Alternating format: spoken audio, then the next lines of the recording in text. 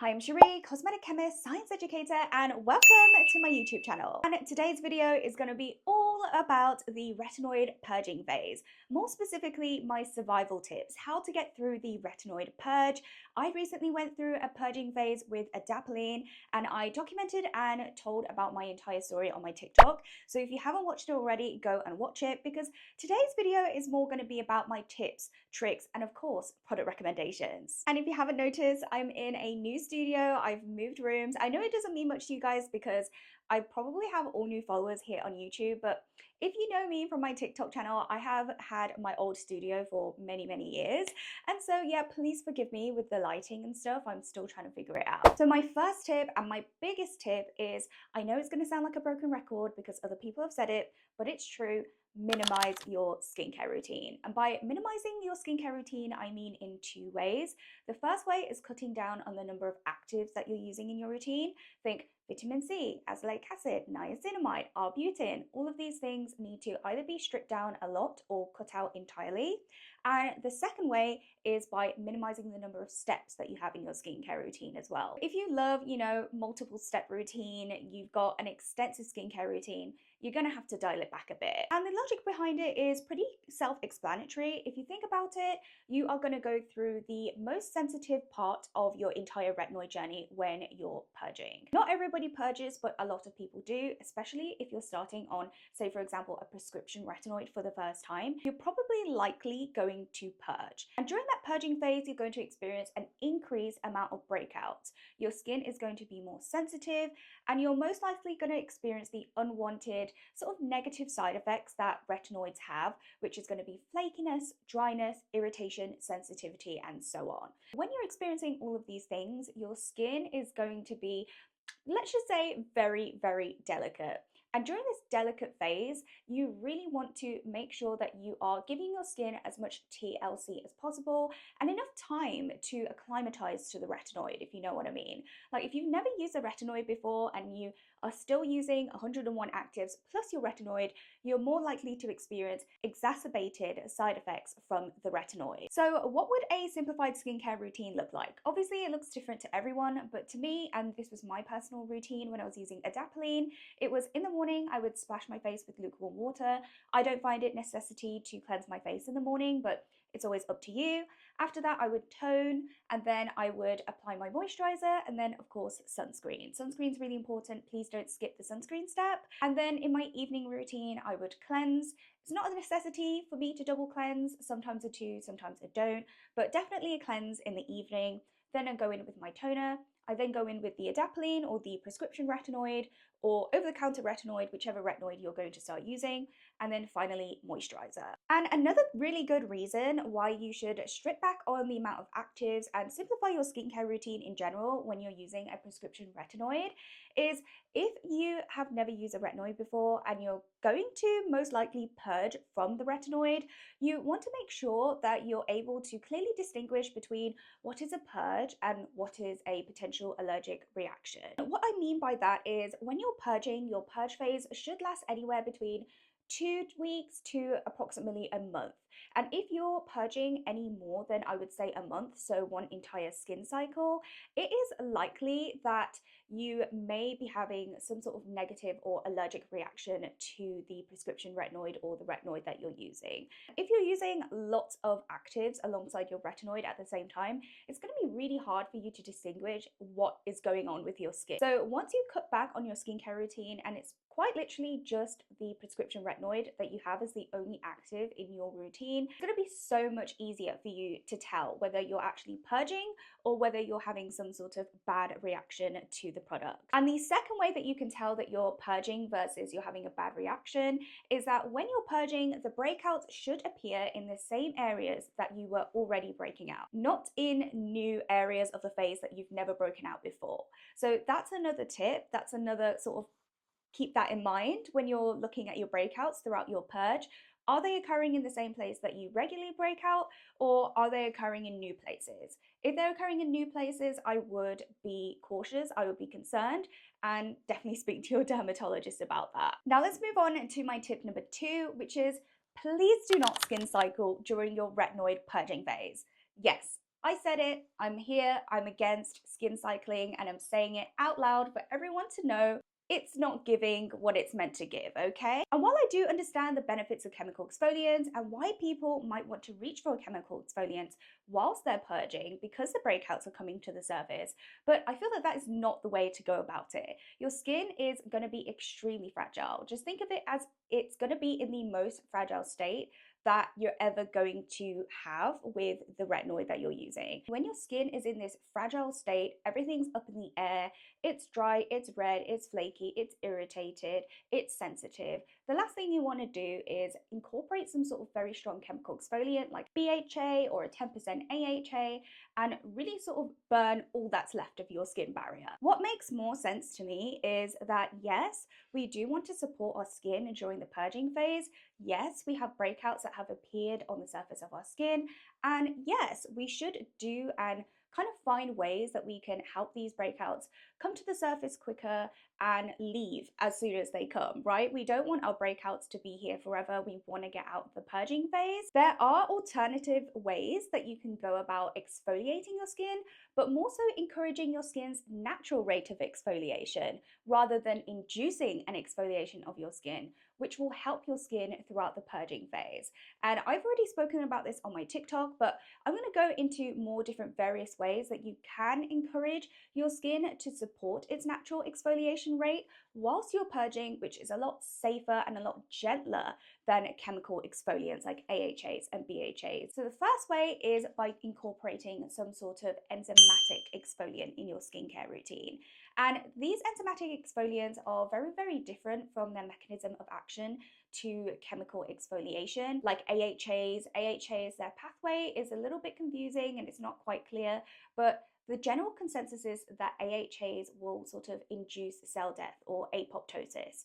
So it triggers cell death in the skin, and that's how you have the shedding of your top layer of skin. Whereas enzymatic exfoliation is a completely different pathway in that enzymes are naturally present in our skin. And the enzymes that are naturally present in our skin are proteolytic enzymes called proteases. And what these proteases do, they sort of munch away at the glue that holds our dead skin cells together. So the cornea desmosomes that are holding our dead skin cells together. And by munching away at the glue that holds our dead skin cells together, which is a natural process that happens in our skin, our dead skin cells shed off and we have nice, smooth baby skin underneath. And this process happens all the time, but what we can do is apply topical enzymatic exfoliants with the same type of enzyme that's found in our skin to further encourage our skin's natural rate of exfoliation. Let me go through some of my options, some of my top recommendations of products that contain enzymatic exfoliants as opposed to chemical exfoliants. So the first product is this one. This is from Muse. This is called the powder, and this is an enzymatic exfoliant. And the way you use this product is that it comes out as a powder and you pour it into your hand, you add some water, you lather this up, and you can use this approximately once to twice a week, I would say. And this is super, super gentle. I love how it contains turmeric in here, which is great anti-inflammatory properties. It's got colloidal oatmeal, which is again amazing for soothing sensitive skin, and it's also got zinc, which is amazing for acne and blemish prone skin. This is a brilliant product that you can incorporate very, very safely during your retinoid purging phase to support your skin's natural rate of exfoliation, to help with tackling the blemishes that are coming to the surface, but in a really, really gentle way that doesn't disrupt or damage your skin barrier throughout its really sensitive phase. If you're not into cleansing powders and you're not into sort of the fuss of it, I do understand, and you want something a little bit more hydrating maybe, then check out these two toners. These two toners are lovely hydrating toners, but they also contain a splash of enzymatic exfoliation to support your skin's natural desquamation rate. This one from Flaskin, I've been talking about it for ages and all over my TikTok as well as on my YouTube. If you did watch my Battle of the Milky Toners, you probably saw this one and I love it. This one I'm nearly finished. It's the Flaskin Rice Enzyme Protein Toner, and as in the name, it does contain gentle enzymes that are going to help encourage our skin to slough off its dead skin cells, but in a really, really nice, gentle way. At the same time, it's in a lovely hydrating milky toner format base, which is quite on the runny side, so I would say if you have combo and oily skin, you'll like it. It doesn't leave any sort of sticky, tacky, greasy residue. That's one of the main selling points that they mentioned on this, and it's just superb. You can use this every single day with absolutely no irritation, and I've been using it pretty much daily with no irritation. Now, if you prefer something a little bit more viscous, a little bit more goopy, hydrating, giving sort of snail mucin-ish texture, and if you've used the good old vegan rice milk moisturizing toner, then you'll definitely love this one. This is from Eqqualberry. This is their swimming pool toner, and this one doesn't contain bromelain or papain, but instead contains protease. I just mentioned protease as the enzyme that's naturally occurring and found in our skin that functions to slough off those dead skin cells by munching away at the cornea desmosomes that hold our dead skin cells together. Well, this one contains exactly the same enzyme that's naturally found in our skin. And this one is super, super hydrating. So if you have dry skin or very, very dehydrated skin, I would opt for this. It's a little bit more goopy, it's a lot more viscous, and it just has so much more body to it. And that's why I absolutely love it. It's also 300 ml, so you're gonna get a lot of bang for your buck. I've been using this for months and it looks like I've barely made a dent, but I've been using this again pretty much daily throughout my entire retinoid purging phase with absolutely no irritation. And there are other products that you can use instead of enzymatic exfoliation. The Ordinary have just come out with their Saccharomyces Milky Ferment toner, which actually uses N-acetylglucosamine, or NAG for short, to help encourage your skin's natural rate of exfoliation, and that is something that can be used on a daily basis as well. So let's go into tip number 3, which is how to mitigate the dryness and flakiness and irritation that you can experience during the retinoid purging phase. And I definitely made a mistake that I don't want you guys to make when I was going through the purging phase, because honestly I didn't really anticipate it, which I probably should have. But you know, we all make mistakes, and that was my skincare routine was a little bit too light. It was a little bit too lightweight. If you don't know me already, I have combination skin, and I tend to go for lightweight products to hydrate my skin, and I like to go for light gel moisturizers and that sort of stuff.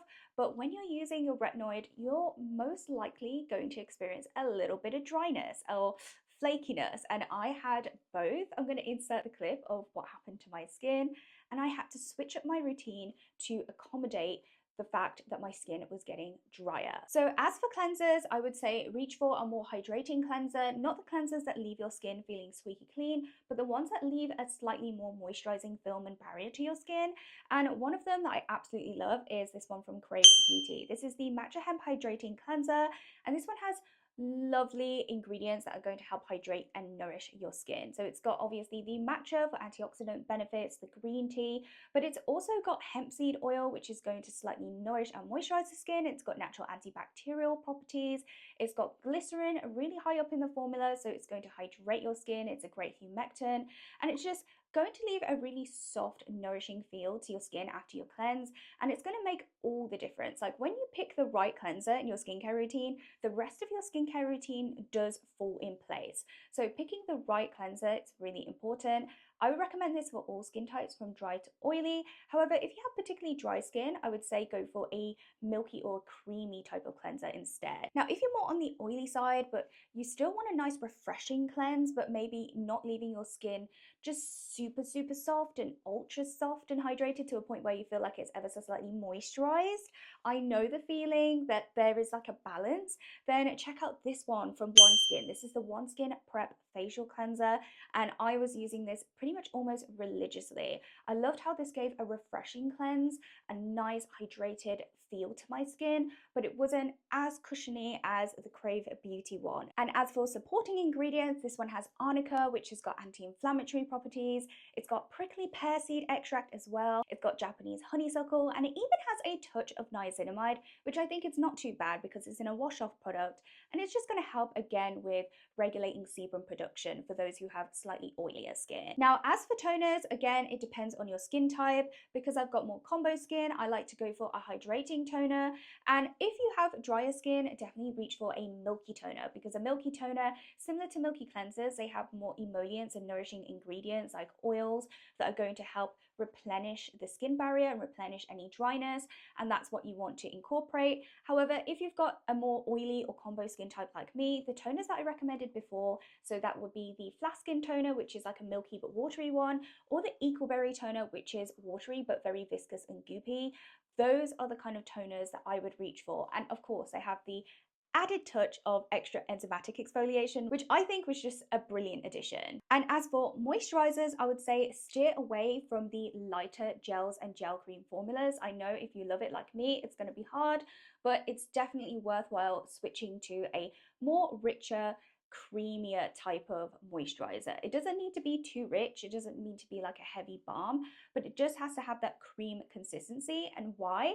Because it's going to have more nourishing, emollient, skin conditioning ingredients, which you really need when you're potentially going to get dry, flaky skin. So ingredients like ceramides, phytosphingosine, you can even look for some peptides as well. Squalane is a really good one. Shea butter and oils, you don't need to be afraid of those if the consistency of the moisturizer is lightweight enough for you to use without it feeling pore clogging. Again, it's all about how the overall formula works rather than demonizing individual ingredients. And I'm going to show you some examples that actually contain like shea butter and oils but don't feel heavy whatsoever. So those are the kind of ingredients that you should be looking out for. Conditioning, emollient, moisturizing ingredients in a relatively lightweight but cream formulation of moisturizer. And so the moisturizer that I had to switch to, because the Max one that I recommended in my March favorite was a little bit too light. This is the one from Flaskin, and I've been using this ever since I started my adapalene and I went through my purging phase with it, and I still use it to this day. This is the SoyMilk Relief Protein Lotion. This is a perfect example of a product that does contain more heavyweight, typically heavyweight type of ingredients like shea butter and oils, but still in a lightweight formulation that doesn't feel pore clogging as the overall finish of the formula. So this one is, as you can see, a cream. It's a lotion type of cream, so it's a little bit lighter. It holds onto itself, but look how lightweight that kind of shears out. This contains shea butter or shea butter, and it contains macadamia seed oil, but it's still such a lightweight and refreshing cream moisturizer that anyone with a combo and oily skin could definitely use. So to summarize at that point, how to mitigate dryness and flakiness that you can experience from using your retinoid during the purging phase is to make sure that you curate your skincare routine to have a little bit more of a nourishing feel to it, so a nourishing essence to it. And that's everything from your cleansers all the way through to your sunscreens. And my final tip, which might sound a little bit trivial, but don't pick at your breakouts. I think that's one of the things that might get to your head when you're purging, because you see so many breakouts and you end up picking at them, but that will only exacerbate, number one, your purging phase. You're reintroducing bacteria back into your skin by picking at it with your dirty hands. And number two, you're just going to create scarring. The last thing you want to do coming out of the purging phase is deal with so much hyperpigmentation. You want to minimize how much hyperpigmentation you will be tackling after you purge. And one of the best ways that stop me from picking at my spots personally is by using pimple patches. The first type of pimple patch is, of course, microdot pimple patches. And microdot pimple patches just penetrate ever so slightly deeper into the skin. The microdots do dissolve, by the way, but when they puncture the skin, they puncture a little bit deeper, and it typically will deliver some sort of active ingredient. So normally it's like salicylic acid or tea tree oil. These ones are a mixture of succinic acid, tea tree oil, and hyaluronic acid. I absolutely love these for those really pesky, annoying, deep under cystic pimples that are taking forever to come to the surface. So definitely invest in some good set of microdot patches. These ones from Rael are really good. I get these off Amazon. Also really good ones are ones from the brand called Curesys, I believe it's called. I bought them from Thailand. There was a yellow pack and a red pack I did do in my Thailand haul YouTube video, if you haven't watched it already. Those are my absolute fave. Those stick on so well and they last throughout the night. They don't fall off, and you take it off and your pimple is looking a whole lot better. I have a pimple right here on my chin, and I used another one last night and it's a lot flatter today than it was yesterday. Yesterday it was really starting to emerge through, and today it's kind of chilled out.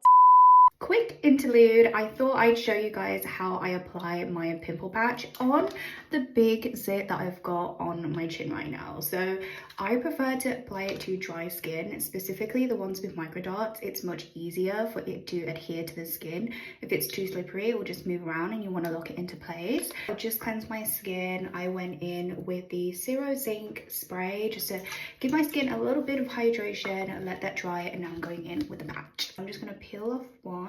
So here we go. Ooh. And press. It's pretty invisible, like a good far away. I think you can't even see it. I got these ones in Thailand, but I'm sure you can get it online as well. So yeah. And the next pimple patch recommendation are these ones. These are not microdot patches.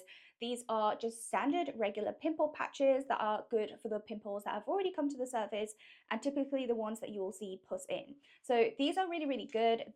I love these because they come with both a daytime and a nighttime pack. So this is what the box will look like, but what you actually get is 2 pimple patch packs like this. The daytime ones, of course, are slightly thinner, and you basically don't see these on your skin. You don't see them throughout the day. These are really invisible. They are very adhesive and they stick and they last entirely throughout the day. And the nighttime ones are a little bit thicker, and these, again, they stick really well throughout the night. They don't come off, and I love how you get the best of both worlds with day and night. So these are going to help prevent you picking at your spots, which is, again, really important for just the healing process, because when you're having so many breakouts during your purging phase, you really want to prioritize it healing as fast as possible, and pimple patches are the best way to help them come to the surface, to help draw the pus, to help you not introduce more bacteria to it, and help it all go away as fast as it can. And it goes without saying, make sure you are applying your sunscreen every single day when you're using your prescription retinoid or your retinoid for the first time, because your retinoid is going to increase your skin sensitivity to UVA and UVB rays, and just generally your skin is going to be a lot more sensitive than it was before. You want to make sure that you're protecting your skin as much as possible, and that's including protecting it from the sun and UV rays. So these are my 2 go-tos, the one that I've been waving about for the past minute. This is the Aestura Derma UV 365 Barrier Hydro Mineral Sunscreen, and it's worth considering, as a side note, switching to a mineral sunscreen when your skin is feeling a little bit more sensitive. So keep that in mind. If not, just use a sunscreen that you love and enjoy. And this one is, again, the Beauty Pie Traceless Mineral SPF 30. Both of these have been my absolute go-to. I switched between them. During the time that I was retinoid purging, I experienced absolutely zero irritation from, so I highly recommend these 2. That's it for all my tips, tricks, and product recs for how to get through the retinoid purging phase. Thank you for watching my video, and thank you so much for the support on my previous Battle of the Milky Toners, by the way. I'm so glad that you guys enjoyed that type of content. I hope to bring some more out in that theme and that style. And of course, you can find me on TikTok and Instagram as well. All my handles are at Cherise Beauty. I'll catch you guys in my next one.